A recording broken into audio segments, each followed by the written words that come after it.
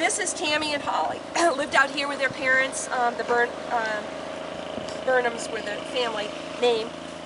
And one night in November, at the end of November, I think it was November 30th, it was a very bad night. It was very similar to the night that I showed you. It was foggy, it was rainy, it was horrible. And Tammy got a tummy ache. She was 2 years old, she got a tummy ache.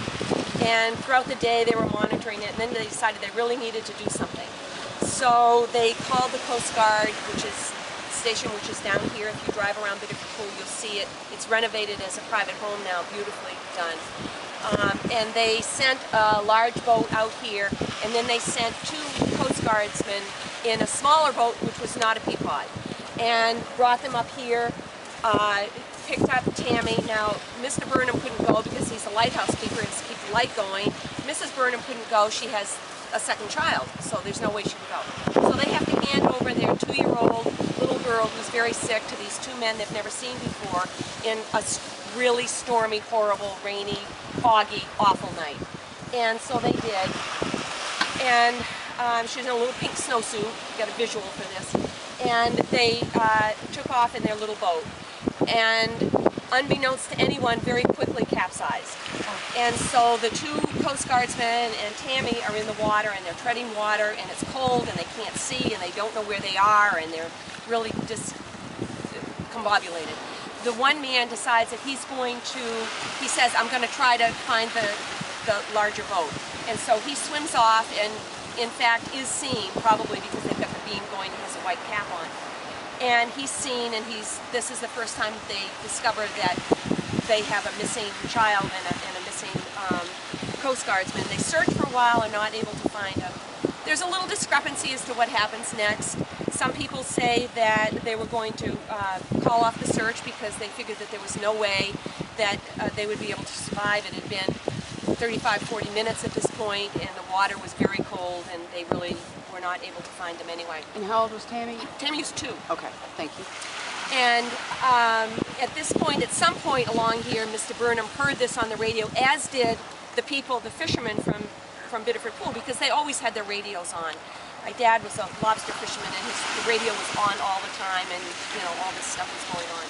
So they began to hear this. Mr. Burnham decided that he was going to take his Peapod and he was going to go out, and he really knew these waters pretty well. They'd been here for a while. And he figured that with the currents and the way these rollers are coming, as you can see it, they're going to drift towards Negro Island. So he went out there, and in fact he did find them. They were up towards Negro Island.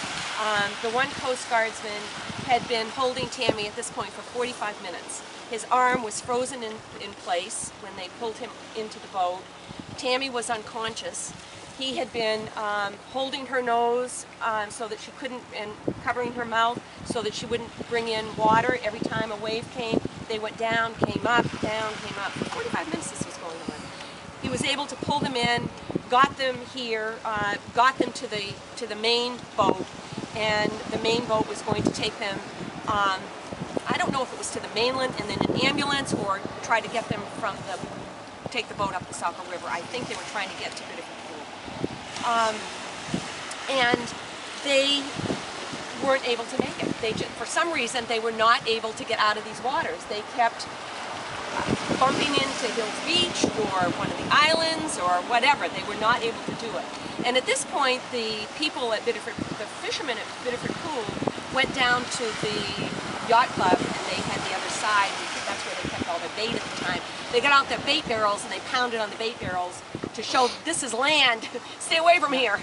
And Preston Alley, one of the local fishermen who really obviously knew the waters, got in his fishing boat, came out to the main boat, took Tammy, and got her to the hospital. So, and she survived, and she is now very involved in this organization. She and her sister and her mom, Mr. Burnham is deceased, but they come out here on tours a couple times a year and are really very active in the community. So, and she did not have appendicitis. They live in Saco. Yeah. And I do have a picture of, here's a picture of Tammy the next day in the hospital, and then these are her two of the, well, 4 of them, I guess the 4 guys that were on the boat. Another interesting sidelight to this is the Burnham family located, and I can't remember the man's name, the man who had held her for so long. It was, yeah, and they reconnected out here, which is really exciting. And the Burnham family was also instrumental in getting the Coast Guard to issue medals of honor to all the people involved in Tammy's rescue. So that's kind of an exciting thing. We're going to head down. I'm hoping that they're not going to be here. We're going to go up into the tower in 6 people at a time probably will be going up. I'm assuming everybody's going up.